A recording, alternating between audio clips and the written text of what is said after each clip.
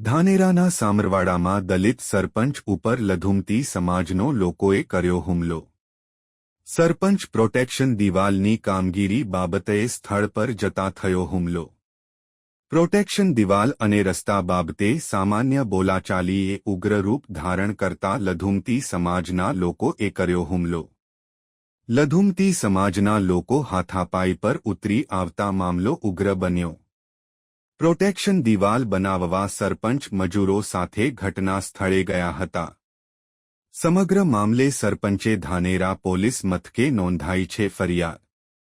ફરિયાદના આધારે ધાનેરા પોલીસે વધુ તપાસ હાથ ધરી.